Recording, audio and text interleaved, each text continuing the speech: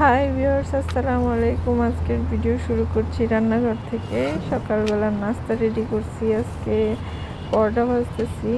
গরম গরম পরোটা কে কে খেতে পছন্দ করো সবাই কমেন্টসে জানাবে। আমি তো খুবই পছন্দ করি পরোটা গরম গরম, আর আমার হাতের পরোটা একটু বেশি মজা হয়। আসলে নিজের বলতে না, আমার কাছে ভালোই লাগে, খারাপ হয় না আমার হাতের পরোটা। তো এই তো আমি এখানে পরোটাগুলো এক এক করে ভেজে নিচ্ছি সব। আমার এখন পরোটা ভাজা শেষ। তো এই তো, বলো তো এটা কি তোমরা? এটা হচ্ছে গরুর ভুঁড়ি আর কি, বট।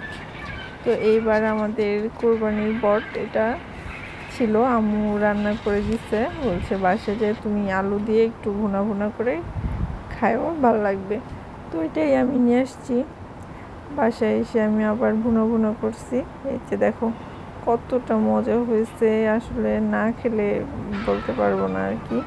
আমি তো খুব মজা মজা করে খাচ্ছি গরম গরম পরোটার সাথে হচ্ছে বট ভুনা। তো তোমরা কে কে পরোটার সাথে বট ভুনা খেতে পছন্দ করো আমাকে কমেন্টসে জানাবে। আর এখন আমার ছেলেও চলে আসবে আমার সাথে খাবার জন্য। এই দেখো, ও খুবই পছন্দ করে এরকম জুসি জুসি বট ভুনা। আসলে আমরা কেনা বট খাই না সব সময় আর কি, আমাদের কুরবানির যেই গরুর বটটা হয় সেটাই আমাদের খাওয়া পড়ে। তো এটা আমাদের কুরবানির বটই। কার কার ঘরে এখনও কুরবানির বট আছে, খাওয়া হয়নি, সবাই আমাকে বলবে একটু। তো এই তো আমি এখন নাস্তা করে নিচ্ছি।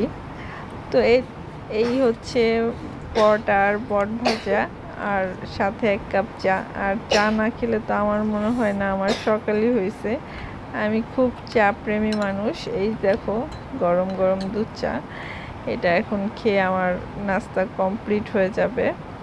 তো আমার ভিডিওটা কেমন লাগলো? যদি ভালো লাগে অবশ্যই লাইক, শেয়ার, কমেন্ট, সাবস্ক্রাইব করবে। সাবস্ক্রাইব করতে কেউ ভুলবে না।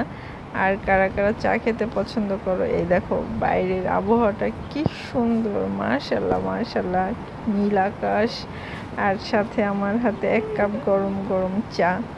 তো আসলে ফিলিংসটাই অন্যরকম। তো সবাই ভালো থাকো, আমার ভিডিওটা সম্পূর্ণ দেখো না টেনে। তো ভালো থেকো সবাই, আল্লাহ হাফেজ, আসসালামু আলাইকুম।